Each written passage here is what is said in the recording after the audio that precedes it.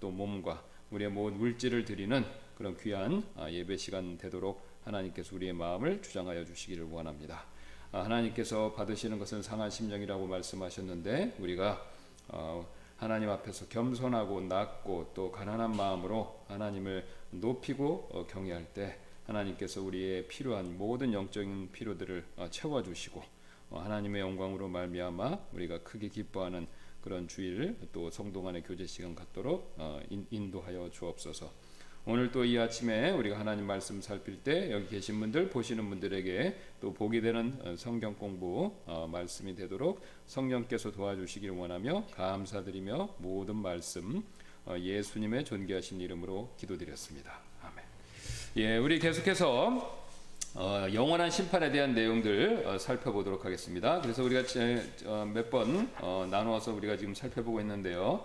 가장 먼저 이제 성경에서 죽음이다라는 것은 심판은 이제 죽음과 관계되어 있죠. 그래서 이제 이 죽음이라는 것은 분리다. 성경의 가장 중요한 핵심 중에 이제 죽음에 관련된 내용이 뭐냐면 분리다.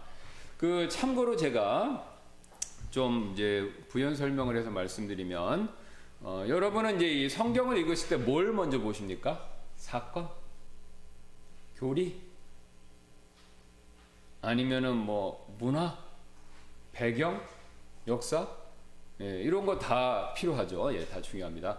그런데 이제 이 성경은요, 그런 내용을 아는 것도 중요하지만 그보다 더 우리가 꼭 알아야 될 게 있습니다. 뭐냐면요, 그런 내용들 모든 것 밑에 가장 밑에 깔려 있는 가장 기본이 된 중요한 것이 있죠. 그게 바로 뭐냐면 하나님이 이 세상을 다스리시는 원리입니다. 네. 그 첫 번째 원리가 뭐였죠? 성경이 먹으면 죽는다. 그러니까 불순종하면 사망이다. 순종하면요 영생복락. 불순종은 죽음. 네.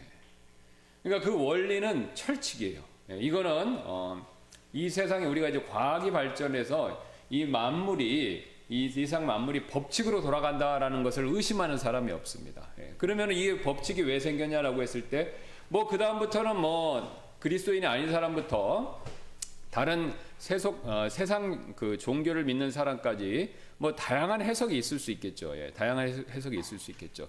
자, 그런데 우리가 이제 최소한 그리스도인이고 성경이 하나님 말씀이다라는 것을 믿는다면요, 우리가 이 세상은 하나님이 만드신 겁니다. 근데 하나님이 이 세상을 대충 아무렇게나 또 뭐 특별한 의미 없이 그렇게 만드신 것이 아니라는 겁니다. 하나님은요 일정한 질서와 원칙과 법칙 그것에 따라서 이 세상이 돌아가도록 움직이도록 그렇게 정하셨다는 것이죠. 예. 그게 얼마나 정밀한지 과학을 연구하는 물리학자들 뭐 수학하는 사람들이 수학으로 공식으로 그거를 도출해낼 수 있을 만큼 정확하다는 겁니다. 그죠? 여러분 제가 옛날에 한번 몇 번 뭐 이번뿐만 아니라 한 번뿐만 아니라 여러분 이제 이게 우주로 이렇게 아폴로 계획 같은 거 있지 않습니까? 뭐 허블 만원경이라든가 이런 걸 쏘아 보내는 거, 우주로 사람을 쏘아 보내는 그 내용을 주제로 다룬 영화들을 본 적이 있는데 거기 보면 이제 인류가 최초로 우주로 진입해야 되는데 한 번도 간 적이 없습니다. 그러면 거기에 로켓이 어느 정도의 추진력을 갖고 어느 정도 무게를 갖고 또 언제 거기서 도킹을 해야 되고 또 어느 각도에서 들어가야 되고 다시 돌아오고 이거를 경험을 해본 적이 없기 때문에 어떻게 그거를 그 방법을 고안했냐면 오직 수학적 계산입니다. 그러니까 수학으로 다 일일이 계산을 해서 그걸 정확하게 딱 정밀하게 짜놓고 그거에 따라서 그대로 움직이는 거죠. 이번에도 우리나라 누리호인가요? 그게 뭔가 하여튼 거기가 올라갈 뻔해다 못했는데 그게 뭐 몇 초가 제대로 연소가 안 돼서 제가 저 기술적인 거는 전문가가 아니라 정확히 모르겠는데 어쨌든 그게 몇 초가 뭐 안 돼갖고 실패했다라는 것이죠. 예. 뭐 1분도 아니고 몇 초만 안 맞아도 안 된다는 거죠. 예. 그럼 그 얘기는 뭘 의미하냐면요, 이 세상은 그러니까 수학이 지배한다는 것이 아니라 어떤 원리와 법칙이 있고 그걸 이제 수학적으로 표현할 수 있다는 거죠. 수학은 그냥 그걸 표현이 수학으로 하는 거지 수학이 이 세상을 지배하는 게 아니라 수학과 같이 정밀한 원리가 존재한다는 겁니다. 그러니까 그 원리에 따라 움직인다는 거죠. 예. 마치 우리가 사람이 컴퓨터를 만들면 컴퓨터가 저절로 돌아가는 게 아니죠. 예. 컴퓨터의 이진법의 계산에 의해서 엄청나게 빠른 속도로 해서 모든 프로그램이 돌아가듯이 그와 동일한 원리로 하나님이 만들어 놓으셨고 그거에 따라서 이 세상은 그대로 움직인다는 겁니다. 예, 이제 그걸 깨는 게 바로 뭐냐면 기적이죠. 예. 그걸 깨는 게 기적이죠. 이제 원래 그렇게 하면 안 되는데 태양이 뒤로 이루고 간다든가, 뭐 그래서 그 성경에 몇 번 나오는 그 기적, 천체 전체에 영향을 미치는 그런 기적들이 나오듯이 어쨌든 하나님이 그런 그 예외경을 빼놓고는 다 이 세상은 우리가 이제 얘기하는 물리적인 법칙에 의해서 그대로 진행되고 있습니다. 그 이제 물리적인 법칙이 구체적으로 어떤 내용인가라는 것은 뭐 이제 과학자들의 몫이죠. 이제 그거를 찾고 또 발견하는 건데 그게 이제 계속해서 나오고 있습니다. 자, 그와 마찬가지로 하나님은 이 자연계뿐만 아니라 우리 사람이 사는 것에도 그런 일정한 법칙들을 만들어 놓으셨죠. 그게 가장 우리가 요즘에 제일 많이 사용하고 알고 있는 게 뭐냐면 경제 법칙, 그렇죠? 수요와 공급의 법칙이 있다. 그러니까 경제 법칙을 무시하는 사람은 없습니다. 그걸 무시하면 또 시장의 복수라고 그러죠. 경제학에서. 시장의 원리를 무시하고 반대로 행동하면은 시장에 복수한다. 그런 얘기가 있죠. 자, 그러니까 뭐 그거 외에도 뭐 재정, 뭐 돈과 관련된 거 이런 거 다 숫자로 환산되니까 다 그런 게 있습니다. 또 뭐 우리가 의학으로 들어가도 마찬가지고요. 뭐 의학을 공부하신 분이나 관심 있는 분은 아시잖아요. 그게 뭐 약 주는 거 이것도 다 화학적인 원리입니다. 우리 코로나 관계된 것도 다 조사를 해요. 분자 생물학 쪽으로 들어가서 화학 물질이 어떻게 우리 몸에 서로 연결돼 있고 그것에 의해서 부작용이 생기는지 그런 걸 다 체크하는 거잖아요.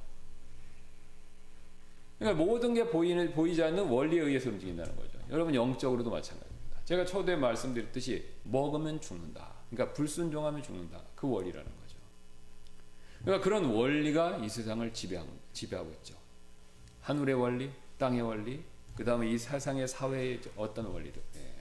그 원리가 어느 정도 느슨하게 예외가 맞느냐 이 차이 정도가 있는 것이지 원리가 존재하는 것을 부인할 수가 없습니다. 그러니까 그 원리가 존재하는 걸 부인하면요 정반대의 어떤 인생에서 중요한 선택에서 반대 선택을 하기가 쉽고요.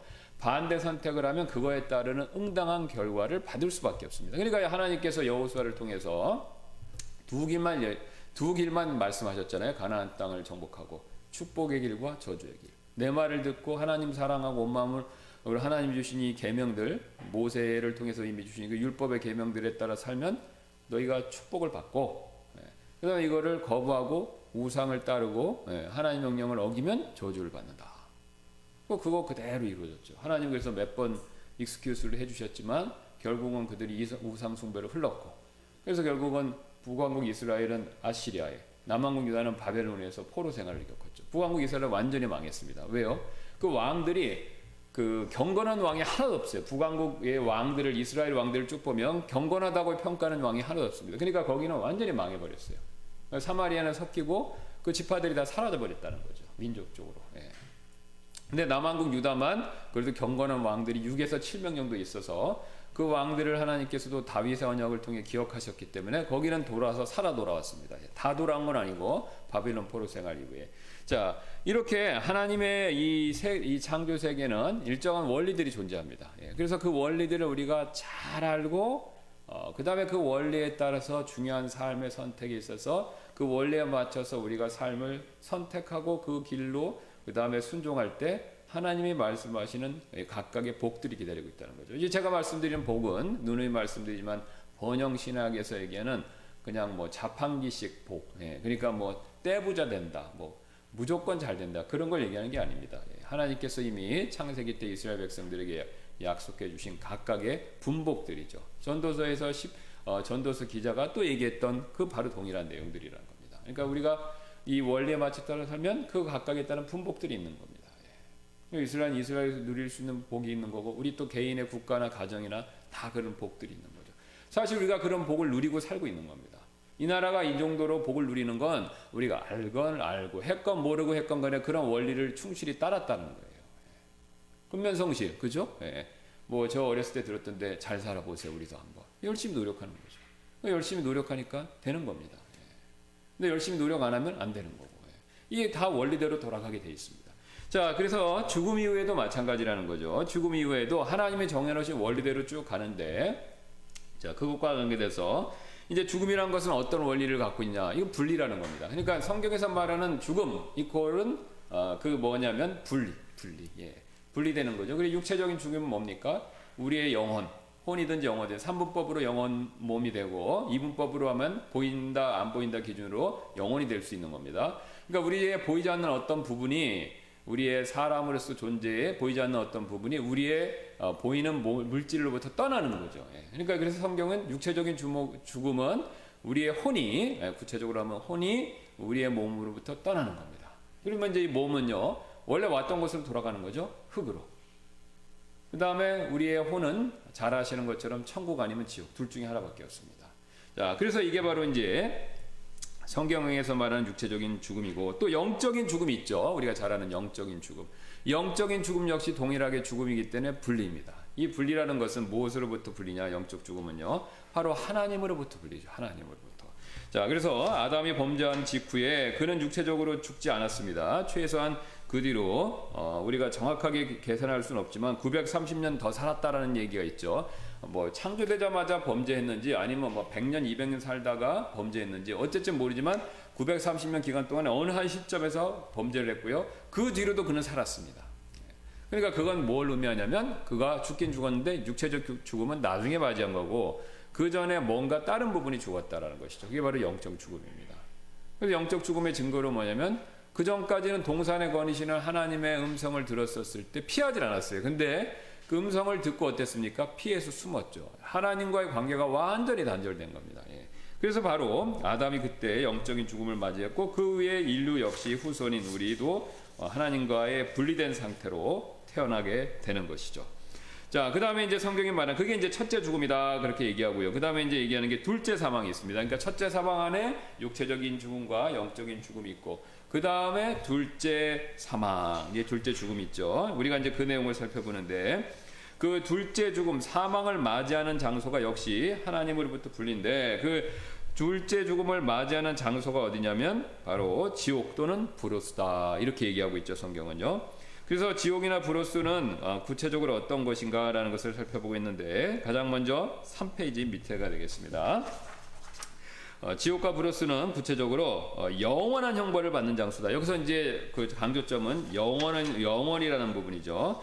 제가 지난 시간에 이제 말씀 한번 예를 드렸지만 이게 많은 분들이 안 믿는 분들이 심지어는 믿는 그리스도인들도 하나님이 지옥에 가두시는 거는 이해한다 이거죠. 근데 거기다 영원히 가두시는 게 사랑의 하나님 맞냐? 이렇게들 궁금해하십니다. 예. 근데 제가 말씀드렸죠. 하나님만 그러시는 게 아니에요. 미국 그 법질서에 따르면요, 10,000년씩, 몇천 년씩 이렇게 징역형을 내립니다. 예. 지난번에 말씀드렸죠. 예. 그러니까 10,000년씩 징역형을 때려요. 근데 10,000년의 징역형만 그 선고하는 것이 아니라 거기다 무기징역을 또 선고합니다. 그다음 무기징역만 하는 게 아니라 어떤 범죄자는 최악의 범죄자이기 때문에 10,000년에다가 무기징역에다가 사형까지. 실제 미국에서 일어나는 일이에요. 제가 뉴스를 보고 확인했습니다. 그러니까 미국에서는 우리는 40년, 길어야 50년이 최고 징역형이에요. 근데 유럽도 100년씩 선고를 하는 경우가 있고 미국은 10,000년까지도. 그러니까 세상 법체계에서도 사람을 10,000년씩 가둔다는 겁니다. 감옥에. 그 사람 10,000년 살 수 없지만 물론 형을 그렇게 내린다는 거예요. 자, 그러면 이 세상에서 공의롭다는 재판관도 10,000년씩 선고한다면 그보다 훨씬 공의로우신 하나님은요, 그 이상 선고하는 것이 문제가 될 수가 없겠죠. 예. 게다가 하나님이 판결하시는 죄목은 우리의 겉의 행동만이 아닙니다. 이 세상 법체계에서는 우리가 마음으로 지은 죄는 절대 판단을 못합니다. 겉으로 행동이죠. 내가 저 사람 속으로 죽여버려야지 하고 마음 먹었는데 그걸 행동으로 최소한 위협하거나 폭언을 하기 전까지는요, 아무 형벌을 가할 수가 없습니다. 말로, 최소한 말로 죽인다 말하면 이제 뭐 협박 이런 거 되겠죠. 공갈 뭐 이런 게 되고요. 예. 아니면 뭐 명예훼손이라도 될 수도 있고. 그러니까 최소한 말이라도 뱉어야 이 현행 법 체계에서는 그것에 대한 제재와 벌을 받는데 마음으로 하는 거는 절대 못 한다는 겁니다. 근데 하나님은요, 마음부터 물어보신다는 거죠. 언행은 두 번째 치고. 예수님이 그 유명한 말씀하셨지 않습니까? 우명만 품으면요, 가늠한 거죠. 형제에게 화를 내면요, 이미 살인죄죠.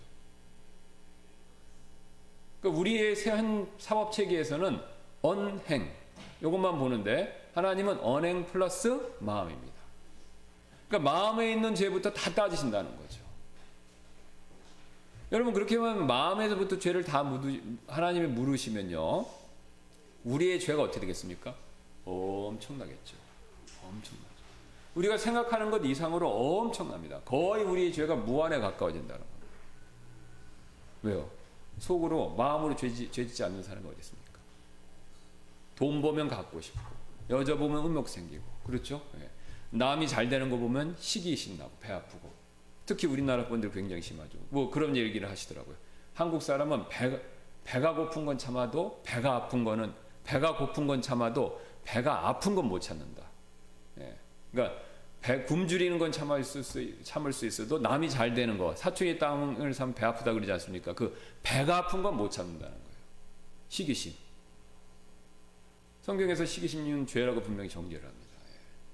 그러니까 우리의 마음속으로 짓는 죄들이 얼마나 많습니까? 그걸 다 하나님이 하나씩 다 물으신다는 거예요. 사후에 하나씩. 그러니까 더 무서운 사실은 분명히 성경에서 말씀하죠.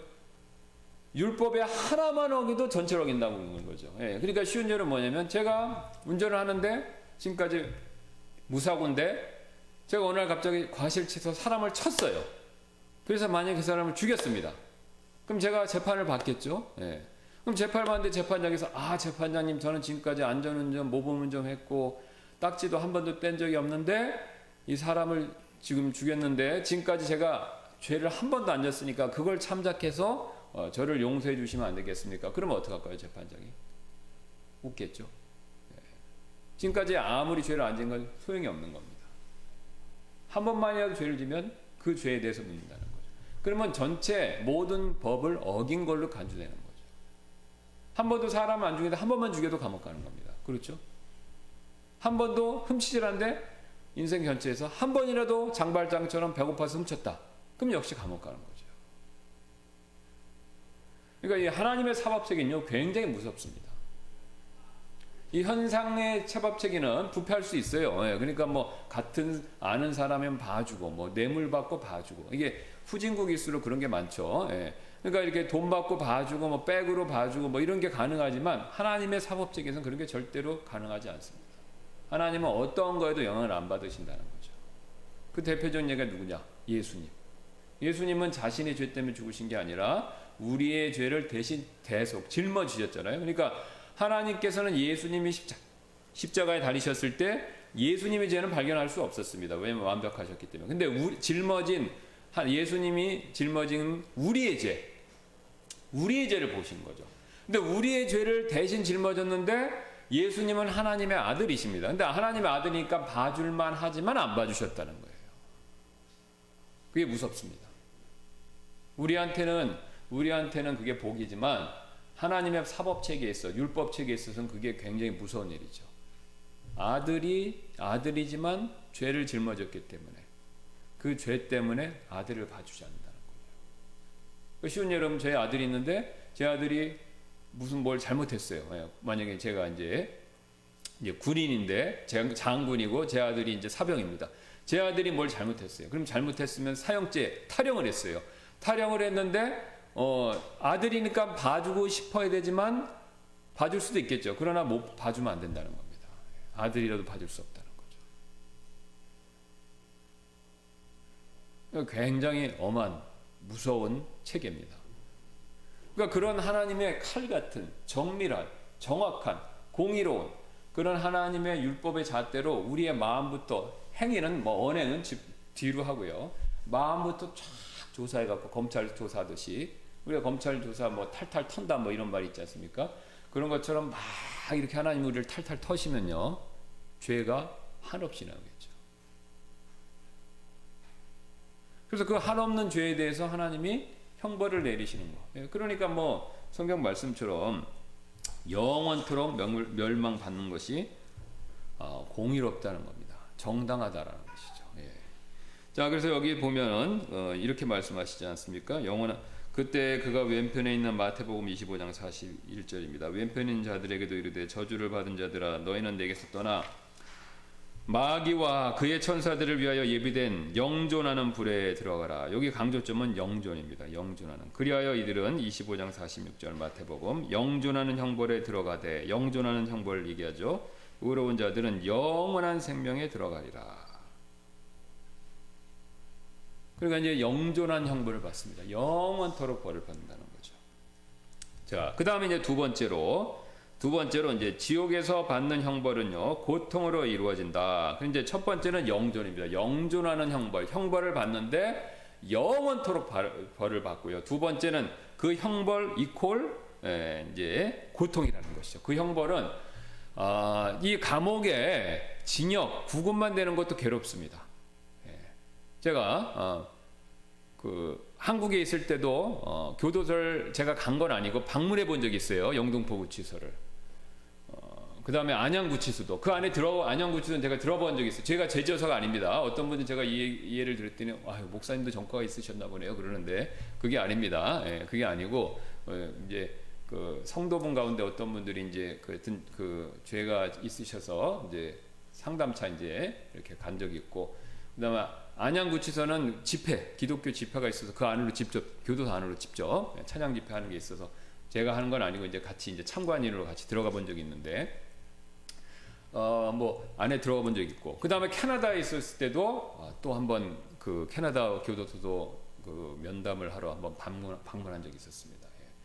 그런데 요 가면은 이제 얘기를 들어보면 굉장히 괴롭죠. 힘들죠. 그 조그만 데 갇혀 있고, 특히 독방 같은 데는 햇빛이 안 들어서 캄캄하고, 침대는 딱딱하고, 음식도 형편없고, 그 굉장히 힘들죠. 그런데 문제는 지옥은 그거보다 더 힘든다라는 것이죠. 그냥 가만히 있는 게 아닙니다. 지옥은 형벌이 기다리고 있다는 거죠. 형벌. 구금된 상태로 머무는 것이 아니라 형벌이 있다는 겁니다. 자, 그래서 그 구체적인 형벌이 누가복음 16장 23절 24절에 얘기하고 있습니다. 그가 부자와 그 나사로죠. 부자가 그가 지옥에서 고통 중에 눈을 들어 멀리 아브라함과 그의 품에 있는 나사로를 보고 소리를 지르며 이르되 아버지 아브라함이여 내게 궁유를 베푸사 나사로를 보내어 그가 그의 손가락 끝에 물을 찍어 내 혀를 서늘하게 하도록 하소서. 내가 이 불꽃 가운데서 고통을 받나이다 하거늘. 자, 여기서 굉장히 충격적인 얘기를 부자가 하지 않습니까? 굉장히 큰 고통에서 소리를 지르고, 그 고통의 내용이 뭐냐면 불꽃 가운데서 받는 고통이다, 이렇게 얘기합니다. 근데 지옥은 하필이면 불이 타는 것입니다. 그것도 영원히. 그러니까 여러 번 말씀드렸듯이 의학을 연구하는 분들에 따르면 인간이 느낄 수 있는 가장 큰 고통이 자결통, 그러니까 화상, 몸이 불에 탈 때 얻는 그것으로부터 느끼는 고통이라고 그러죠. 근데 하필 지옥은 바로 그런 고통을 받는 장소라는 겁니다. 그러니까 여기 나사로, 부자와 나사로 이 내용에서 예수님께서 불꽃 가운데 고통을 받는다고 그러죠. 근데 이 부자가 고통받으면서 하는 말이 굉장히 끔찍합니다. 왜냐면 그의 손가락 끝에, 나사로 손가락 끝에 물을 찍어 내 혀를 허늘하게 하소서. 여기 저기 물이 있는데 여기다가 이렇게 물을 찍어서 한 방울만 해도 해달라는 겁니다. 우리 생각에는 물 한 컵 주면 좋겠습니다, 그렇게 얘기하는데 그것도 그 정도도 생각을 못 한다는 거예요. 이게 무슨 말이냐면 우리가 너무 힘들면요, 그냥 그 자기가 생각하는 기준이 굉장히 막 떨어져 버립니다. 그렇죠? 예를 들어서 굉장히 여러 번 금식해 보신 적이 있으신지 모르겠는데요, 굉장히 금식을 오래 하시면요, 쌀 한 톨만 먹어도 좋겠다, 그런 생각이 들어요. 그렇죠? 뭐 빵, 고기 이런 건 고사하고 너무 배가 고프면 쌀, 밥 한 톨만이라도 먹으면 좋겠다. 밥 한 그릇이 아니라. 그러니까 극도의 배고픔을 느끼면 그런 생각이 든다는 거예요. 지금도 마찬가지예요. 극도의 이 뜨거움과 갈증을 느끼기 때문에 한 방울, 한 컵은 고사하고, 그러니까 한 컵도 그게 호사라는 거죠. 지옥에서는 한 방울만이라도 혀에다가 떨어뜨려주면 좋겠다. 상상을 초월하는 고통을 받는 장소라는 겁니다.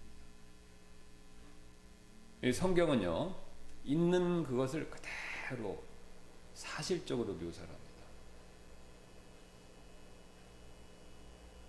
마치 이걸 본 것처럼. 물론 봤죠. 성경을 기록한 사람이 본 게 아니라 누가가 그걸 본 건 아니죠. 그 예수님이 하신 말씀 그대로 적은 거니까. 그걸 그대로 기록한다는 겁니다. 그러니까 성경을 부인하는 것은 굉장히 어리석습니다. 왜? 성경은 진실을 얘기하거든요. 사실을. 사람이 쓴 책은 사실을 말하지만 사실이 아닐 수가 있어요. 실수로. 아니면 의도로. 과학적인 책도 물리학 책도 의학 책도 사실이 아닐 수 있어요. 일부러거나 아니면 실수로 몰라서 지식을 아직 몰랐으니까. 그러니까 옛날엔 다 지동설을 믿었잖아요. 아니 천동설하고 그러니까 옛날엔 다 지구는 가만히 있고 세상이 돈다. 그렇죠? 천동설이죠. 그게 맞죠? 네. 천동설을 믿었잖아요. 근데 그거는 그 당시엔 그게 지식이 부족해서 그런 겁니다.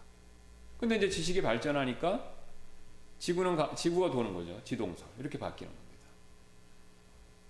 그러니까 우리가 사람이 쓴 책, 사람이 아는 지식은 바뀔 수가 있습니다. 무지나 고의로. 그래서 성경책은 안 바뀐다.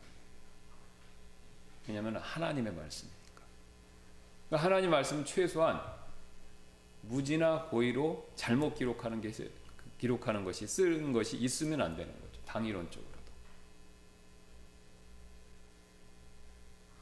그래서 수많은 사람들이 2000년 이상 성경이 정경으로 완성된 이후에 성경이 틀린 걸 입증하기 위해서 애를 많이 썼습니다. 근데 아무도 성경이 틀렸다는 것을 입증해내지 못했어요. 대표적인 예로 예수님 부활은 사실이 아니다. 이건 전설이다. 예수님 제자들이 한 거다. 그래갖고 그거를 입증하기 위해서 막 예수님 그 부활이 아니라는 걸 막 연구를 하다가 이게 사실이네. 그리고 회심한 사람들. 그게 그 사람이 이제 이름 제가 기억이 안 나는데 배너라는 소설 쓴 거 아닙니까? 그 배너는 그 영화를 만든 거고. 그 사실이라는 것을 자기가 깨달은 거죠. 발견한 거죠. 그러니까 이게 성경에 나와 있는 이 내용이 사실이라는 겁니다. 그러니까 이 말씀이 사실이면 굉장히 심각하죠. 물 한 방울만 떨어뜨려도 좋겠다. 굉장히 끔찍합니다. 그래서 이 고통이 그러면 이제 지옥은 이런 고통만 받는 곳이 아니라 이제 이 성경은 이제 이 불고통이 여기서 끝나는 것이 아니라 영원히 지속된다라는 거죠. 앞에서 우리가 살펴봤던 내용처럼 그 불고통이 영원토록 지속된다. 그래서 만일 내 손이 너를 실족하게 하거든 그것을 찍어내버리라. 불구가 되어 생명에 들어가는 것이 두 손을 가지고 지옥에 곧 결코 꺼지지 않는 불 속에 여기 나오지 않습니까? 결코 평생 살아가면서 죄된 것만 그 안에 속에 가득 되는 거예요. 더러운 것만 가득 마음 안에 가지고 사는 겁니다. 그리고 그게 언행으로 나오는 거죠. 그러니까 우리가 요새는 요강을 안 쓰는데 저 어렸을 때까지는 요강이 있었는데 여러분 그 요강이 있으면 요강 안에 오물이 있어요. 근데 그 오물이 차면 밖으로 넘칩니다. 그렇죠? 예. 그 오물이 밖으로 나면 오물 밖으로도 그게 묻어요. 그러니까 예수님 말씀대로 안에 있는 게 그대로 드러나는 겁니다. 그러니까 안에 더러운 게 있으니까 그게 넘쳐나는 겁니다. 그러니까 우리가 왜 이 사람이 죄를 짓냐? 마음에부터 오물이 있는 겁니다. 그러니까 그게 겉으로 드러나는 거죠. 근데 그 마음에 오물이 많은 사람 많이 드러나는 거예요. 적은 사람은 조금 드러나는 거고. 그러니까 여러분 주위에 언행이 악한 분들을 잘 보세요. 그분들의 언행을 통해서 뭘 보시냐? 마음을 한번 잘 보시기 바랍니다. 우리가 마음을 직접 볼 수 없지만 추측은 할 수 있죠. 그 안에 악이 가득한 거라는 거죠. 상대적으로 더 많이. 근데 그렇게 더럽게 오물단지로 쓰였다는 거죠, 한평생. 그러면 그 더러운 오물단지를 하나님의 거룩한 집에 들여놓을 수 있겠습니까? 없죠. 여러분이 새 집으로 탁 이사를 가셨어요. 하여튼 굉장히 궁전 같은 집으로. 그럼 그 집에 이사를 가는데 여러분이 좋은 그릇을 가지고 가고 거기다 놓고 쓰고 싶으시잖아요. 특히 자매님들은 더 살림하시니까. 근데 누가 오물이 가득 묻어있는 요강단지를 집에 갖다 놓고 쓰겠냐 이거죠. 그건 다 버리죠. 깨트려서 버립니다. 바로 이 그림입니다. 그러니까 하나님은 자신의 집에 더러운 그릇은 갖다 못 놓으신다는 거예요. 깨끗한 그릇. 깨끗한 그릇. 최소한 아내가 예수 그리스도의 피로 깨끗이 닦여 있는 그 그릇을 원하신다는 거예요. 물론 아래에 닦아놓고 우리가 겉에 이 세상 사니까 겉에가 더러운 게 묻을 때가 있습니다. 예. 그렇지만 이미 안에가 깨끗하게 닦였기 때문에 우리가 천국에 올라가는 순간 밖에도 닦이는 거니까 하나님이 우리를 그거를 의롭다고 여겨주시고 받아주시는 거죠. 근데 깨끗하지 못한 그릇은 깨버리는 겁니다. 바로 이거예요. 이게 진노의 그릇이라는 거죠. 그러면 그 깨진 그릇은요 원래 가지고 있던 그릇의 기능과 명성과 모든 것들을 잃어버리는 겁니다. 그렇죠? 항아리가 도자기, 고려 청자를 예를 들어 다시 돌아가겠습니다. 고려 청자는 비싸고 귀하지 않습니까? 비싸고 귀하지만 그걸 다 깨트리면 흠이 있어서 도공이 깨트려 버리면요 그건 아무것도 아닙니다. 흙 조각이에요. 흙보다 못하죠. 쓰레기라는 겁니다. 그러니까 원래 존귀함 이런 게 다 없어지는 겁니다. 이게 사람도 마찬가지라는 겁니다. 그러니까 지옥에 가면 우리의 사람이 가졌던 존귀함 이게 다 싹 사라집니다. 우리가 사람의 존재가 사라지는 것이 아니라 사람이 가졌던 존귀함, 하나님의 형상으로서 가지고 있던 그 존귀함이 완전히 그것을 상실하게 된다는 거죠. 그러니까 이게 굉장히 두려운 거죠. 예. 자, 그래서 우리가 이 내용은 다음 시간에 이어서 살펴보고 오늘은 시간 관계상 여기까지 하고 마치도록 하겠습니다. 예. 제가 잠깐 기도하고 마치도록 하겠습니다. 감사합니다. 하나님께서 오늘 우리가 말씀을 통해서 왜 우리가 죄인으로서 구원받는 것이 필요한지 그 영원한 심판에 대한 내용을 살펴볼 수 있게 해주셔서 감사드립니다. 우리는 구원받았기에 때때로 우리가 있고 또 이 세상에 하나님이 주신 좋은 것을 누리느라 정신이 팔려서 땅 밑의 지옥에서 얼마나 무서운 일이 벌어지는지를 우리가 망각하고 또 그것을 잊고 살 때가 많이 있습니다. 세상 사람들은 아예 그 사실을 부정하고 믿으려고 하지도 않고 또 믿기를 원하지도 않습니다. 그러나 하나님께서 이 성경 말씀을 통해서 엄중하게 또 진실되게 경고하신 이 두려운 진리에 대해서 우리가 떨며 우리가 우리 자신을 늘 날마다 살펴서 구원받지 않은 사람은 예수 그리스도를 믿어 구원의 복음을 받아들이고 그래서 이 지옥의 하나님의 진노의 심판으로부터 회피할 수 있는 그런 은혜를 베풀어 주시고 이미 구원받은 사람들은 또 우리가 이 사실을 부지런히 먼저 감사하고 이 사실을 부지런히 주변에 믿지 않는 사람들에게 전달할 수 있도록 하나님께서 저희들을 사용해 주시기를 원합니다. 우리가 아무리 이 세상에 어렵고 힘든 일이 있다 하더라도 하나님께서 우리를 예수 그리스도를 통해서 그 지옥불의 영원한 심판으로부터 형벌로부터 구해주신 사실 그것만으로도 우리가 주님께 감사하며 살 수 있습니다. 우리가 그것을 늘 기억하며 어려움이 있다 하더라도 하나님 베푸신 은혜를 기억하며 늘 감사함으로 사는 저희가 되도록 도와주시기 원하며 모든 말씀 다시 한번 감사드리며 예수님의 존귀하신 이름으로 기도드렸습니다. 아멘. 예, 마쳤습니다. 예.